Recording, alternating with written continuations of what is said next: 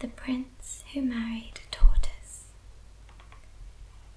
Ali, Hussein, and Muhammad were the 3 handsome sons of a mighty king of Persia. When they grew up, the king went to his chief advisor, the vizier, to seek help in finding each one a princess to marry.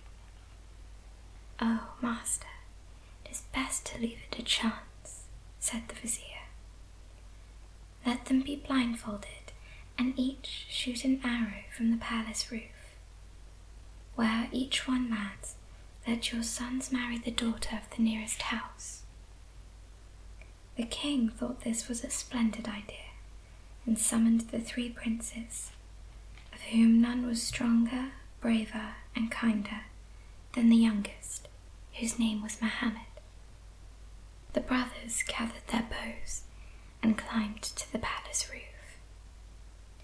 The first to fire his arrow was Ali. It flew high and far, landing in the garden of a wealthy lord. His daughter was pretty, but greedy. Hussein's arrow landed nearer the palace, crashing through the window of the Lord Chamberlain's house. He readily agreed to let his daughter, a beautiful but spiteful girl, marry the prince. Muhammad stepped forward and fired his arrow. It flew the furthest of all. Indeed, the king had to send out servants to discover where it had landed. They returned with sad faces. "The arrow landed in the house of a tortoise," they said. "What?" exploded the king. "My youngest son cannot marry a tortoise. Muhammad must shoot again." Muhammad's second arrow again flew out of sight. The servants went in search and returned with glum faces. "The arrow has landed in the tortoise's garden again," they said. The king was amazed and called for Muhammad to fire a 3rd arrow. The power of Allah took it to exactly the same spot in the tortoise's garden. Muhammad, always a cheerful young man and ready to accept his fate, took his blindfold off and spoke to his father. "Allah has taken my 3 arrows to the tortoise's garden," he said. "It is his will that I should marry her." "So be it," said the king, who did not want to risk the wrath of Allah. The 3 brothers were married soon after. Hundreds of powerful nobles and lords and wealthy merchants came to see Ali and Hussein marry their new wives, but none but the king, who loved all his sons dearly, came to the wedding of Muhammad and the tortoise. He even gave the gentle-faced creature a ring to wear on her flipper. Ali and Hussein and their princesses moved into huge mansions next to the king's palace. Muhammad and the tortoise went to live in a tiny house on the edge of the city. The princesses never came to visit.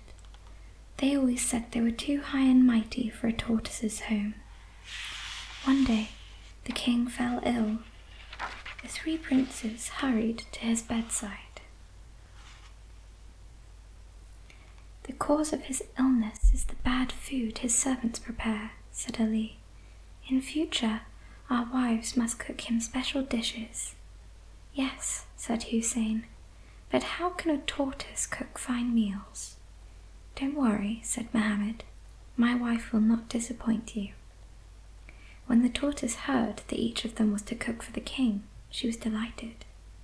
But what a strange way she went about preparing her dish. First, she sent a servant to Ali's home to ask his princess if she had any old bones to spare. The greedy princess refused to help and sent back a rude message to the tortoise. The tortoise did not seem worried at all. In fact, she laughed merrily. Next, she sent her servant to ask Hussein's princess if she could spare some lumps of fat. Her answer was the same, but still the tortoise was not upset. The tortoise spent all night working in her kitchen, and in the morning her meal for the king was ready. She took it to the palace where the princesses were waiting with their dishes. The 3 dishes, each covered by a cloth, were taken to the sick king. The first to be served was the one cooked by Ali's princess. "Devil's trickery," said the king, removing the cloth. "1,000 curses on she who cooked this." The dish was piled high with old bones. Ali's princess was horrified. Her face turned bright red. Hussein quickly brought the dish which his princess had made. The king was even angrier when he took the cloth off the second dish. "Whose mischief is this?" he said. "This cook would rather kill me than cure me." The dish was awash with greasy lumps of fat. The king was furious with the princesses and banished them from his palace for 40 days and 40 nights. They left in disgrace, completely mystified as to why their specially prepared dishes had turned into bones and fat. At last it was the turn of the tortoise. "If human beings can only give me fat and bones," thundered the king, "what am I to expect from a tortoise?" The lid on the tortoise's dish was removed. Delicious smells burst forth, and all could see the colourful rice, the dainty meats, and the sweet fruits which filled the plate. The king began to eat, and he did not stop until every morsel was gone. Then he patted his stomach and smiled in satisfaction. "You are a wonderful cook," the king told the tortoise. "You shall prepare all my meals until I am cured." The tortoise cooked the king many fine dishes, and he soon recovered from his illness. When the princesses heard what had happened, they grew very jealous and wondered how they could win back the king's favour. They desperately wanted to make the tortoise look bad in the king's eyes. Their chance came when the kindly king decided to forgive them. He announced a huge banquet to mark the occasion. The princesses planned to arrive at the banquet in grand style, with fine coaches and horses and small armies of richly dressed slaves. "The tortoise will not be able to match the splendour of our arrival," smirked the princesses. But the tortoise suspected the princess's plot and put her own plans into operation.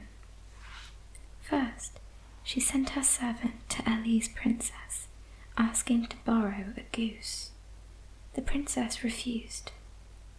The same happened when the tortoise asked Hussein's princess for a goat. The mysterious tortoise was not upset. She just laughed happily.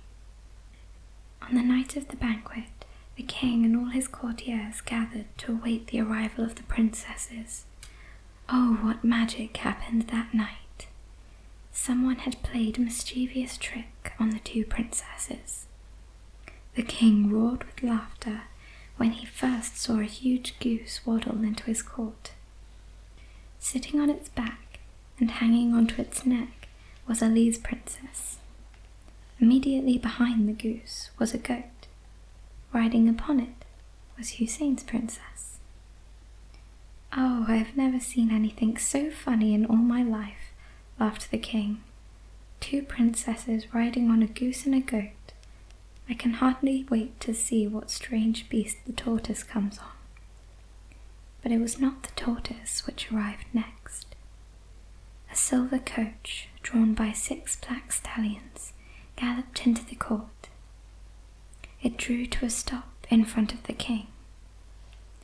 The door opened, and out stepped a princess whose beauty far outshone that of all the other princesses. "Who is she?" whispered the stunned onlookers. "Where is the tortoise?" The clever king knew exactly who the princess was. He had already seen the ring on her finger. It was the very one he had given to the tortoise on her wedding day. "If you are the one I think," said the king, "You are most welcome to my banquet." "Master, I am glad that you recognize me," said the beautiful princess. "Allah's arrow was true. I am indeed she who married your youngest son, Mohammed." The king was delighted. He sat Mohammed and the princess at his right side during the banquet.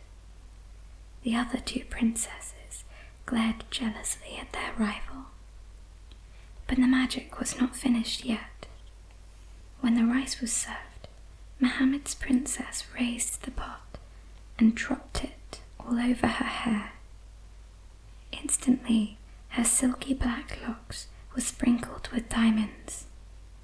She did the same with the green pea soup. As she poured it, emeralds sprung from her hair. All the guests clapped their hands in amazement. The other princesses saw what had happened and, not to be outdone, did exactly the same. They tipped the rice and soup over their heads. Oh, how everyone laughed. There were no diamonds or emeralds for them.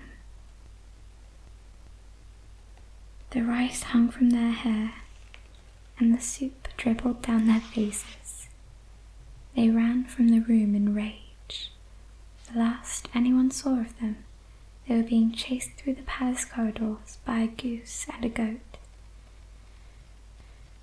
The story of the prince who married the tortoise is almost at an end.